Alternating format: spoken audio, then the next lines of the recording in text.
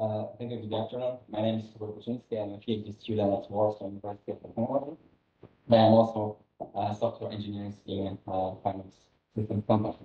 The CEO of the company, and also the founder of the Phoenix-RTOS with Paweł Pisarczyk, and my supervisor, Krzysztof Caba. We have been working on the resource partitioning mechanism in Phoenix-RTOS for critical and non-critical applications, especially in the UAV market. Before we go into the Phoenix-RTOS and the resource partitioning mechanism, I would like to start from the description of critical systems. If we think about the critical systems, we usually think about some heavy space industry, for example, rockets, which are responsible for putting astronauts into the orbit. One software mistake can lead to the catastrophic effect. We also think about plane's cockpit. There is a lot of systems like attitude head interference system, flight management system. Also, one software mistake can lead to the catastrophic effect. For example, flight management system in Boeing 737 in the recent years caused the death of many people. There is also the UAV market, which can be divided into the three categories. One of them, there are UAVs dedicated for the military purposes, usually financed by the government. There is also the UAVs for the hobbyists, for the filmmakers. However, they are not the critical systems, and I will not talk about them today. And there is also the third group, dedicated for the researchers and for the entrepreneurs. The UAV is dedicated for the transportation of the medical supplies, of the hazardous substances in the crowded areas, in inhabited cities. However, to allow such kind of the systems to fly above our heads, the system has to be certified by the appropriate aerospace authorities. And has to be written, the software has to be written according to aerospace standards. One of them is the O170C. The standard describes the whole software life cycle. And it divides the software, the systems into 5 design assurance levels. The design assurance level A is the most rigorous one. One software mistake can lead to the death of many people. The lowest level, level B, has no influence on the people's life. Usually, there are some entertainment systems and can have only influence on the passenger's mood. Another standard is the RM653, on which I will talk just a little later, because I would like to start from the history of avionics. Initially, the engineers used the methodology to federated avionics. It means that the whole avionics system was divided into the several hardware modules. On each hardware module, there was the separated software. Everything is connected together to create the avionics system. This solution wasn't the best way because the power consumption was high. Also, the certification process for each of the hardware and software unit was time-consuming and provided additional cost. So the engineers started thinking about the replacement, and they created the integrated modular avionics. The main advantage of the integrated modular avionics is the fact that we have the one hardware unit, and on this hardware unit runs several software modules. Each software module is responsible for the different system in the different design assurance level. However, to allow systems in the different criticality level run simultaneously, there has to be an operating system which manages the work of the other submodules. Using the integrated modular avionics, we save the power definitely on the plane. And there is also the reduction of the system's weight and shortening the time of the certification process, because we have the one hardware and we have usually a pre-certified operating system. Okay, so currently we can come back to the RM653. This standard describes the features of the operating systems for integrated modular avionics.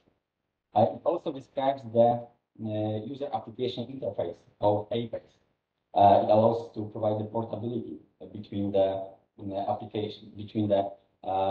different operating systems from different vendors. So one written application for the aerospace purposes can be run on a different operating systems. Also, the standard describes the requirements for the resource partitioning, time and space separation. There are only the requirements. There are not some tips how the system should be implemented. Probably some of us want to raise the question, why we want to create another safety critical operating system? Because on the market, there are a lot of them, like Greenfield, like IoT-ECAW’22 from Greenfield, like LinksOS 178, VxWorks, 5S from the Cisco. Yeah, there are such kind of the systems which run on the rockets, on the planes. However, they are quite expensive. Usually the entrepreneurs and the researchers cannot afford them due to the high prices. So we'd like to present the Phoenix-RTOS, the open source product dedicated for the safety critical applications. What is the Phoenix-RTOS? Phoenix-RTOS was created in the 1999 by current CEO of the company, by Paweł, Pisarczyk, as a master thesis. It was dedicated for a EA32 architecture. It was the monolithic kernel. After the several years, the second version of the operating system was implemented. It was dedicated for the energy meters. It was also the monolithic kernel with dedicated libraries. However, the time occurred that the monolithic kernel is not the best way for example, the low power devices. In 2017, the company changed the architecture of the operating system. It was presented the microkernel architecture, which will allow to support the processors with memory management unit, without the memory management unit, for several processor architectures. The third version of the RTOS is an open source project. Everyone can see it on the GitHub. It was dedicated for the smart energy meters and also for the gas meters. 1 year ago, company started going into the other direction. We wanted to create the operating system for the safety critical purposes, which is compliant with the standards DO-170AC, RX653. This version is based on the microkernel architecture from the third version and provides the resource partitioning mechanism, including time and space separation. What is the main difference between the Phoenix-RTOS 178 from the previous version, from the third version? This operating system has to be running in a deterministic way. It has to be reliable. So everything is statically allocated. The standard RX653 describes that the systems with the same design assurance levels has to be gathered together with some entity called partition.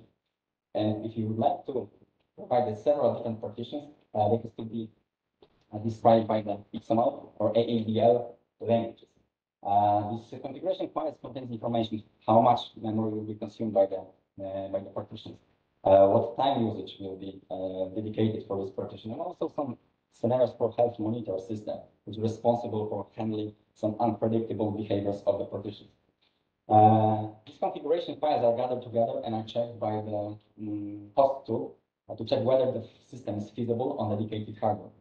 After checking the requirements, there's generated a config image, which together with our own Phoenix-RTOS loader, our own global Phoenix-RTOS kernel, and the application creates the bootable image of the Phoenix-RTOS. I've mentioned that our goal is to provide the operating system which runs partitions with the different criticality levels. So in this example, you can see that you can provide the partition with the level A, using the Apex interface. The second partition with the level B, also with the Apex interface, and also the third partition, which is non-critical. For example, with the POSIX interface, well known in the industry. Moreover, the standards allows to use some dedicated system partitions dedicated for specific operating system, which depends on the vendors. However, to provide the safety of these systems, we have to have some additional mechanisms. One of them is the space separation. Like I said before, everything related to the memory is described statically before the operating system runs. Moreover, we provide the mechanism called the multi-maps. So we allow to assign a specific physical memory to the dedicated partition. But in this example, the partition in level A has assigned the on-chip RAM memory. However, the partition in the level C has DDR SDRAM memory. Moreover, we are using the memory virtualization using memory management unit, and there is also some additional feature that we can assign the dedicated hardware resources to the selected partition. Another mechanism for the separation is time separation. We provide two-level scheduling mechanism. The first level scheduler is responsible for scheduling the partition. Each of the partition has assigned time of the CPU, and after receiving this time, the second level scheduler takes the action. And the second scheduling policy is dedicated for some specific partitions. To check the system feasibility, we are calculating the worst execution times, the average phase execution time of each of the process within a specific partition. At the end, I would like to present the demo version of our operating system. On the left, we can see the Phoenix-RTOS loader. It's our own bootloader responsible for preparing the hardware for our operating system. You can see the physical memory described by the configuration files. You can see the Phoenix-RTOS run on the desktop machine. This is Xilinx Z7000. It is ARM architecture, Cortex-A, dual core. Phoenix-RTOS, in this example, runs the Phoenix shell, which provides the interaction with the user. To sum up, our goal is to provide the open source solution especially for the researchers, for the enterprises, not to provide the mixed criticality operating system, which is compliant with the standard DO-170C and RE65. Moreover, we are testing our mechanism in the other project, Phoenix Pilot, to prove that our mechanism are applicable in the real projects. So that's all from my side. Thank you for the attention. And do you have any questions? Thank you very much. It is time for questions. Yes. Yes. So I'm not sure what I understood correctly. So let's say there are two different tasks. You allocate the memory at the beginning. Yeah. So what happens, for example, one part of your chip fails?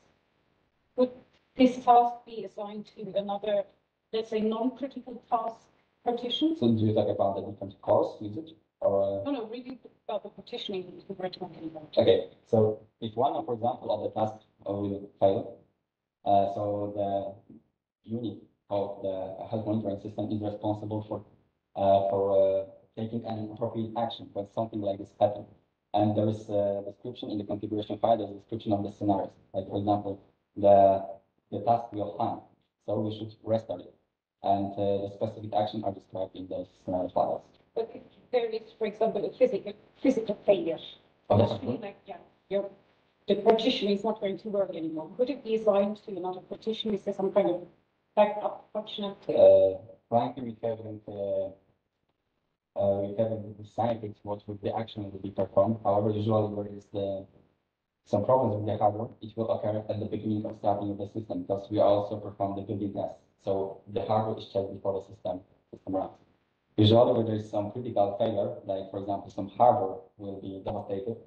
So there is no chance to make some appropriate action to go into good flow. This possibility to send information about the situation. Yeah, this information can be sent to the user, to the pilot, or to the ground station control about the failure. Do these standards impose any requirements in terms of security and unauthorized access to the device? No, it's only there is also security operating systems, and there is the other standard which describes these systems, and to create the security operating system, there has to be some dedicated modeling, and I suppose that the DO is not the best way to do it. Okay, so just a side note, static allocation is considered a security threat to buy OpenBSD standard developers. They think they specifically address this issue by kernel randomization before starting vacancies. So not within this standard, Okay. but in the future this might be a problem. Thank you. Thank you, so thank you for the question. So, next. I have one technical question for change. So my question is, if you compare this operating system with existing solutions like Works, Integrity, and I've used all of them over the years, how would you be able to distinguish yourself and market this operating system so that people can trust that they can put it in a military device or something that is more trustworthy and they're willing to pay a lot of money to the Works vendors? This is a really good question. So VxWorks, for example, or Linux, they are the cloud operating systems. Frankly, I haven't used them. I have not access to them.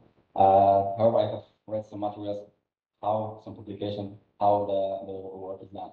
So usually they're using the hypervisor as a space separation technique for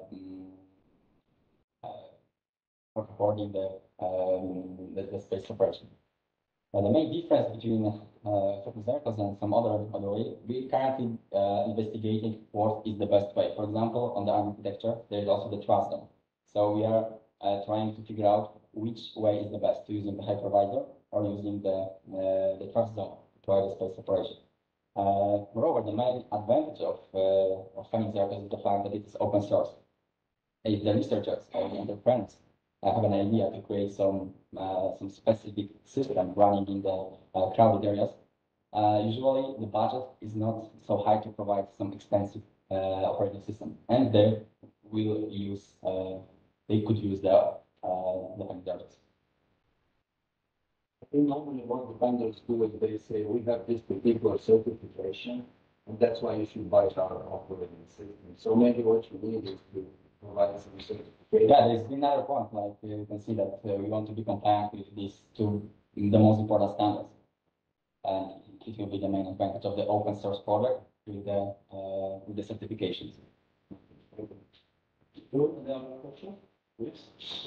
Yeah, question. Because I understand this version does use memory management unit. It needs, yeah? Yeah. So how, in brief words, how do you adapt the system to different CPUs, or you just focus on ARMs? So currently we are mainly focused on the architectures which support the memory management unit. Mm-hmm. For example, for the architecture without the memory management unit, there's usually the memory protection unit, which have some additional features which can be used. However, currently in this initial stage, we'd like to focus on some specific architectures. This is the ARM architecture, also some tests on the EA32 architectures, which supports the memory management unit. Okay, and just last question, you show Xilinx at the end of the presentation. Do you plan to use this FPGA part of this solution at some point? We are planning to use the FPGA in the Phoenix pilot, with our second open source product. So probably some stuff related to the image recognition will go into the FPGA, and there will be analyzed some images, some specific behaviors. Okay, thank you very much for the interesting presentation. Thank you. Any other questions? I have one question. Because you are presenting your system on example with drone. For drone, the critical parameter is power consumption. Yes. I would like to ask you, what would, if you would say about power consumption to other systems which can be used for drones? Okay, so definitely we talk about the public autos because this type of the drone is on this presentation. The power consumption is strictly related to the motors. It is the aspects, the mechanism of the drone which consumes the most power. Yeah. So the operating system, frankly, will not have any impact on the power consumption in such type of the. But not in drone, but in other using.